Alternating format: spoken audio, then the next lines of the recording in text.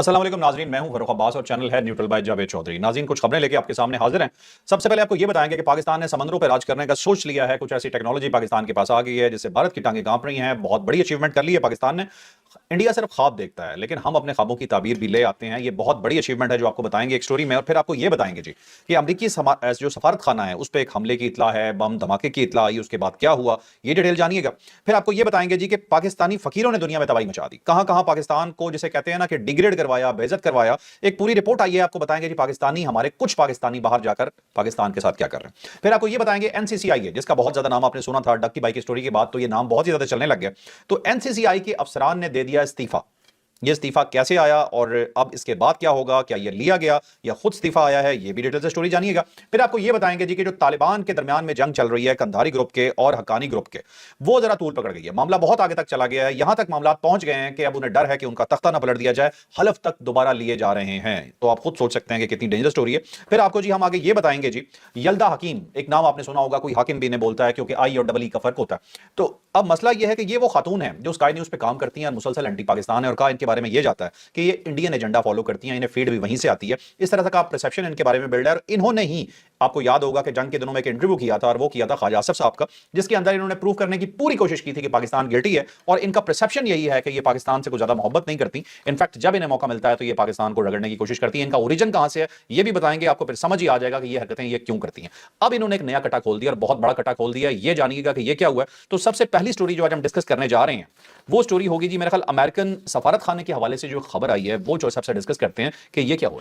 अमेरिकी सफारत खाना जो इस्लामाबाद के अंदर है उसको एक ईमेल वसूल हुई रज़ा हसन नाम के एक लड़के की, जिसका ताल्लुक आप पारा के साथ है। उसने ईमेल की और उसमें उसने अमेरिकी सफारत खाने को बम से उड़ाने की धमकी दी।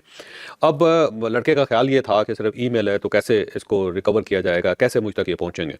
लेकिन अमेरिकन सफारत खाने ने पाकिस्तानी हुकाम की मदद हासिल की और उसके बाद IP जो एड्रेस है उसके ज़रिए वो उस तक पहुँच गए और उस लड़के को अब गिरफ्तार कर लिया गया। इन्वेस्टिगेशन उसकी चल रही है, NCCI के पास लड़का है और मुझे लगता है कि इसने वैसे शुगलन ये हरकत की है और उसका ज़ाहिर है इसको अब तावान तो बर्दाश्त करना पड़ेगा। ये जितने लड़के होते हैं ना आजकल के लड़के जो होते हैं, ये अजीबोगरीब सी की किस्म की चीज़ें हैं। ये लैपटॉप होता है इनके पास, ये कंप्यूटर होता है इसके साथ, बाज़ औक़ात तो मोबाइल फ़ोन से ये इस टाइप की हरकतें कर देते हैं। इनका ख्याल ये होता है कि कौन सा हम तलाश किए जा सकेंगे। लेकिन अब ज़ाहिर टेक्नोलॉजी इतनी ज़्यादा तेज़ हो गई हुई है कि बंदा सहरा के अंदर भी होगा तो उस तक भी सारी जो एजेंसीज़ हैं वो पहुँच सकती हैं। तो बहरहाल इसने ज़्यादती की है, नहीं होना चाहिए। पाकिस्तान के ऊपर पहले इतने ज़्यादा दाग लगे हुए हैं और पाकिस्तानियों की वजह से लगे हुए हैं, जैसे कि अभी आगे चल के आप फ़कीरों की बात भी करोगे, बैगर्स की भी। तो उस सूरत हाल के अंदर अगर ये लोग इस टाइप की हरकतें करते रहेंगे तो पाकिस्तान बहुत बदनाम होता रहेगा। बल्कि मैं पेरेंट्स से दरख्वास्त करूँगा कि अपने बच्चों पर नज़र रखें कि वो कभी इस टाइप की हरकत ना कर रहे हो, क्योंकि उनकी हरकत की वजह से आपकी ज़िंदगी भी अज़ाब का शिकार हो सकते हैं। ठीक है, अच्छा चौधरी साहब, अब मेरे ख्याल यही यल्दा हाकिम साहब को डिस्कस कर लेते हैं। ठीक है, थोड़ा सा एक तो ये बताइएगा कि जो मुझे पता चला है, थोड़ा कंफर्म कर दीजिएगा, आपके पास जरा बेटर नॉलेज होता है मुझसे, कि ये कोई अफगानिस्तान से इनका ओरिजिन।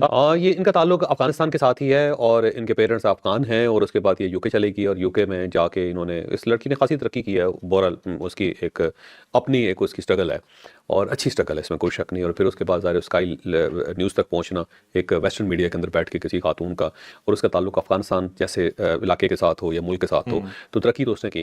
लेकिन अफगानों का मसला ये है कि वो एंटी पाकिस्तान हो गए और बिला वजह हो गए। और जबकि पाकिस्तान अगर 1980 की दहाई में ना होता या उनकी मदद ना करता तो ये लोग इंग्लैंड भी नहीं पहुंच सकते थे। इंग्लैंड क्या, ये किसी जगह पे भी नहीं पहुंच सकते थे। पाकिस्तान अपनी सरहदें बंद कर देता, कहता जाएं जी, तो 50 लाख बंदा जो था वो फंस जाता, क्योंकि 50 लाख लोगों को तो पाकिस्तान ने खुद बना दी। और इतने लोग ऐसे हैं जो पाकिस्तान से गुजर के दुनिया के मुख्तलिफ हिस्सों में गए। बल्कि मैं बहुत सारे लोगों की स्टोरीज पढ़ता रहता हूँ, नॉवेल्स पढ़ता रहता हूँ, उसके अंदर वो जिक्र करते हैं कि जब वहाँ पे इंकलाब आया तो उसके बाद किस तरह तोड़ना पड़ा 2 मुल्कों में, एक ईरान, और ईरान से भी लोग बहुत ज़्यादा पाकिस्तान के जरिए पूरी दुनिया के अंदर गए थे, और दूसरा अफगानिस्तान। और उस वक्त पाकिस्तान ने इन सब की बड़ी मदद की थी। और बहरहाल ये एहसान फरामोश लोग हैं जो अपने मुल्क के नहीं हो सके, वो पाकिस्तान के क्या होंगे, पाकिस्तान का क्या एहसान मानेंगे।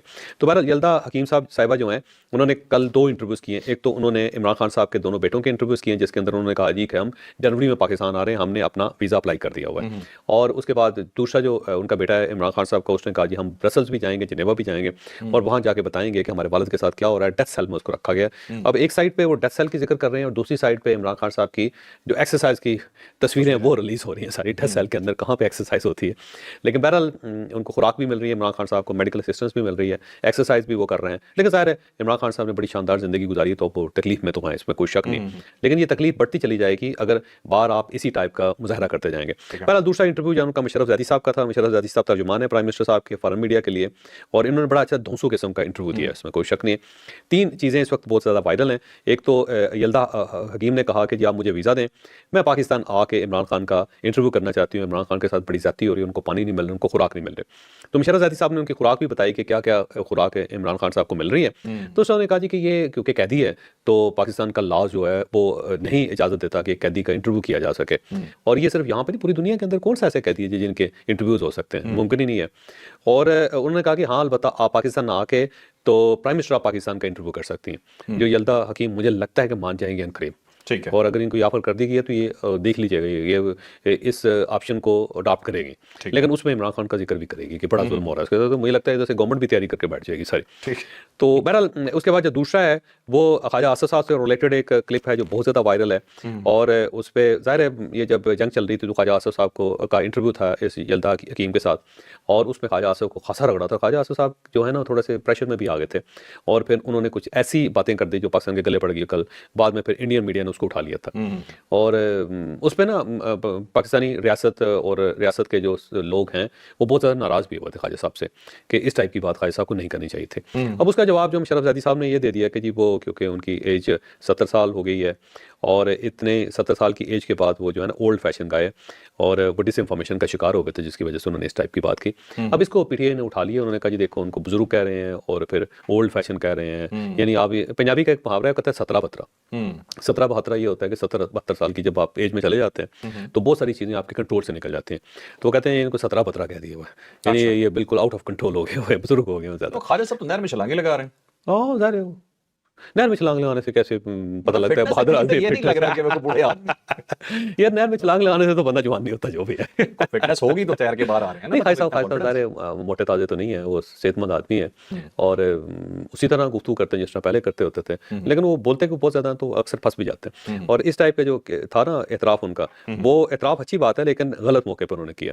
अब पीटीआई वाले ख्वाजा आसिफ से बड़ी खास मोहब्बत रखते हैं, उसकी बुनियादी वजह यह है कि जो उस्मान डार साहब हैं वो भी गवर्नमेंट के खिलाफ कैंपेन चलाते रहे, और सियालकोट के अंदर उनके प्रॉपर एक बहुत बड़ा उनके पास मीडिया हाउस था जो यही काम करता था। तो हो सकता है उनमें से कुछ लोग अभी तक मौजूद हो, ख्वाजा आसिफ साहब के ऊपर नवाज शाह शुरू कर दी।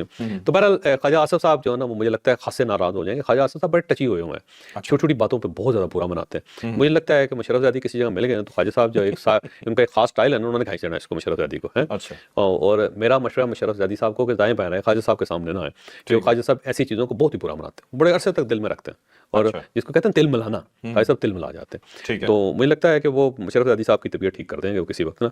साथ साथ क्योंकि ये पहले ये ज़हन में रखें कि मुशर्रफ ज़ैदी साहब सारे हमारे अपने शो में भी आते थे, अच्छा सेंसिबल आदमी है, पढ़ा लिखा आदमी है, फॉरेन क्वालिफाइड है, और मुझे इनके साथ सफ़र करने का मौका भी मिला। अच्छा आदमी और बड़ी अच्छी कंपनी है, कोई शक नहीं। लेकिन ये उस वक्त एंटी एस्टैब्लिशमेंट भी थे और इमरान खान साहब को पसंद भी करते थे। तो अब लोग ज़ाहिर उनसे सवाल करते हैं, तो इस इंटरव्यू के अंदर भी सवाल किया गया, तो उसमें उन्होंने कहा जी मैं इमरान खान साहब को नेशनल सिक्योरिटी थ्रेट समझता हूँ, और जब जंग हो रही थी पाकिस्तान की तो उस वक्त जो उनका किरदार था वो ठीक नहीं था, और जंग के बाद भी जो पाकिस्तान ने जंग जीती है, जो पाकिस्तान तहरीक इंसाफ का और इमरान खान साहब का जो किरदार है वो ठीक नहीं, लिहाजा मैंने अपनी राय तब्दील कर ली है।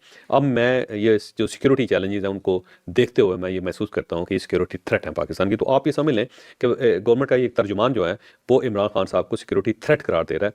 तो ये मेरा ख्याल है गवर्नमेंट की पॉलिसी समझना चाहिए इसको, और सिक्योरिटी थ्रेट किसी लीडर को करार दे देना इसके लिए ज़ाहिर